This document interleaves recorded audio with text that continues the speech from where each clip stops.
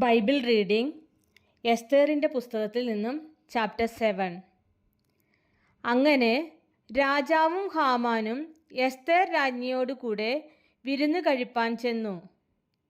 2-ാം ദിവസവും വീഞ്ഞു വിരുന്നിൻ്റെ സമയത്ത് രാജാവ് എസ്തേറിനോട്, എസ്തേർ രാജ്ഞിയെ, നിന്റെ അപേക്ഷ എന്ത്?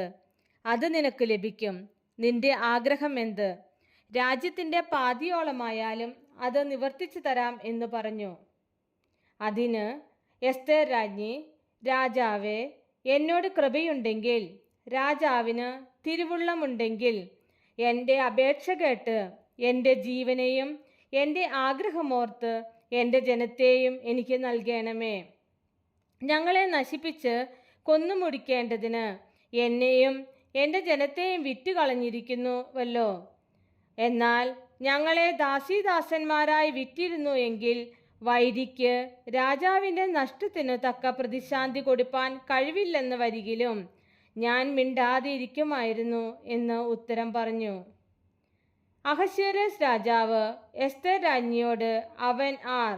ഇങ്ങനെ ചെയ്യുവാൻ തുനിഞ്ഞവൻ എവിടെ എന്ന് ചോദിച്ചു. അതിന് എസ്തേർ, വൈരിയും ശത്രുവും ഈ ദുഷ്ടനായ ഹാമാൻ തന്നെ എന്ന് പറഞ്ഞു. അപ്പോൾ ഹാമാൻ രാജാവിൻ്റെയും രാജ്ഞിയുടെയും മുമ്പിൽ ഭ്രമിച്ചുപോയി.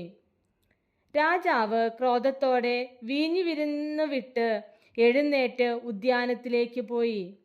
എന്നാൽ രാജാവ് തനിക്ക് അനർത്ഥം നിശ്ചയിച്ചു എന്ന് കണ്ടിട്ട് ഹാമാൻ തൻ്റെ ജീവരക്ഷയ്ക്കായി എസ്തേർ രാജ്ഞിയോട് അപേക്ഷിപ്പാൻ നിന്നു.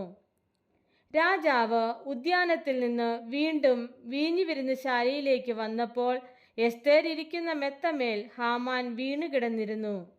അന്നേരം രാജാവ്, ഇവൻ എൻ്റെ മുമ്പാകെ അരമനയിൽ വെച്ച് രാജ്ഞിയെ ബലാത്കാരം ചെയ്യുമോ എന്ന് പറഞ്ഞു.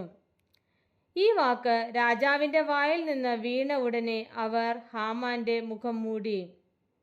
അപ്പോൾ രാജാവിൻ്റെ ഷണ്ഡന്മാരിൽ ഒരുത്തനായ ഹർബോന, ഇതാ, രാജാവിൻ്റെ നന്മയ്ക്കായി സംസാരിച്ച മൊർദെഖായിക്ക് ഹാമാൻ ഉണ്ടാക്കിയതായി 50 മുഴം ഉയരമുള്ള കഴുമരം ഹാമാൻ്റെ വീട്ടിൽ നിൽക്കുന്നു എന്ന് രാജസന്നിധിയിൽ ബോധിപ്പിച്ചു.